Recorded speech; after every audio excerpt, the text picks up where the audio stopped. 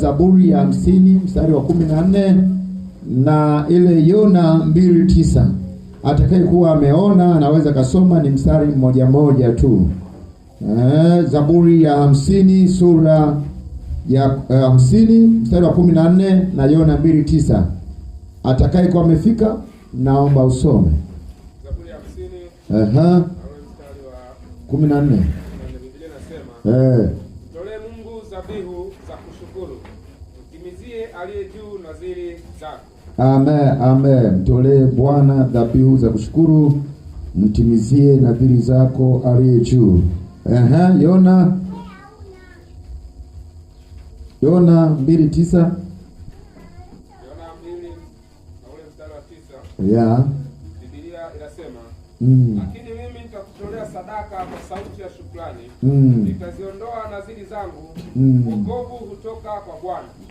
Amen. Baba, katika jina la Yesu nakushukuru kwa sababu wewe ndiye ambaye umetupa neema ya kuiona siku hii ya leo ya tarehe 1 mwezi wa kwanza mwaka wa 2026.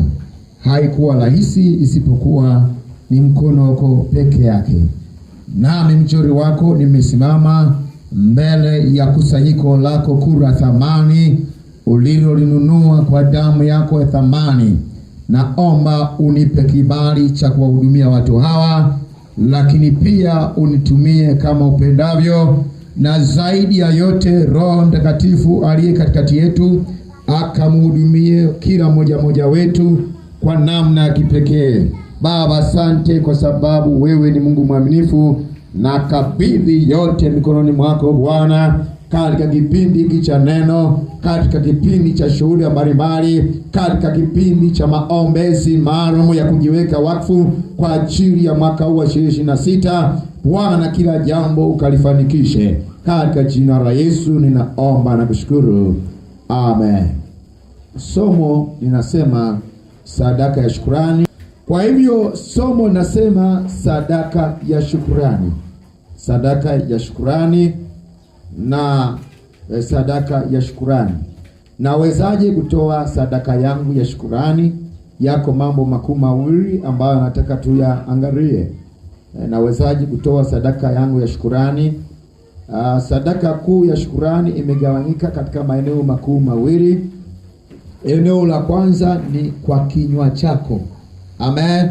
Eneo ya kwanza ni kwa kinywa chako.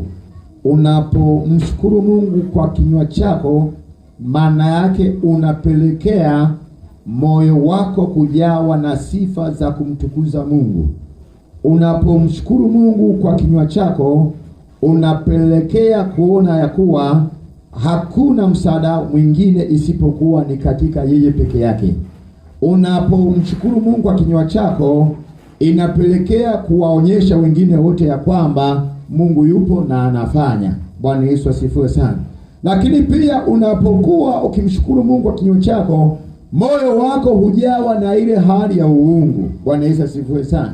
Na ndiyo maana wana Israeli mara kwa mara walikuwa wakisema, kama sio Bwana aliyekuwa pamoja nasi, Israeli na aseme sasa. Walikiri kila wakati ya kwamba Bwana ndiye ambaye amewasaidia.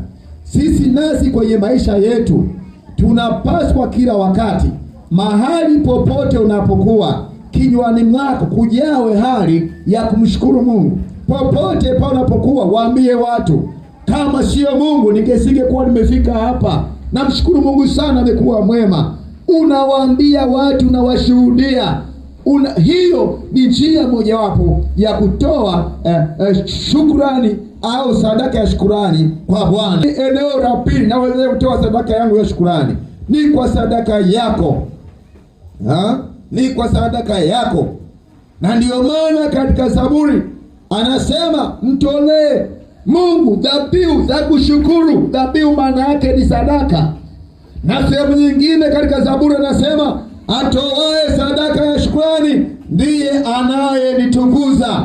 Bwana Yesu asifiwe sana. Kwa maana hiyo, wawaza kumtolea Mungu kwa sadaka yako ya shukrani. Mungu hupendezwa na sadaka yako nzuri ya shukrani kwa Bwana, kwa sababu yeye umemheshimu. Na ndio maana katika kitabu cha Malaki ile sura za kwanza ndani ya kwanza au ya pili, anasema mwana humheshimu baba yake. Na kama mimi ni baba yenu, kilicho changu kiko wapi? Bwana Yesu asifiwe. Lazima utambue sadaka ya shukrani ni chakula cha Mungu. Unapoitoa inapeleka harufu nzuri kwenye madhabahu ya Mungu, na ndio maana sadaka huwa ina nguvu. Hii ni Edayo TV Online. Sikiliza neno la uzima, baki njia kuu.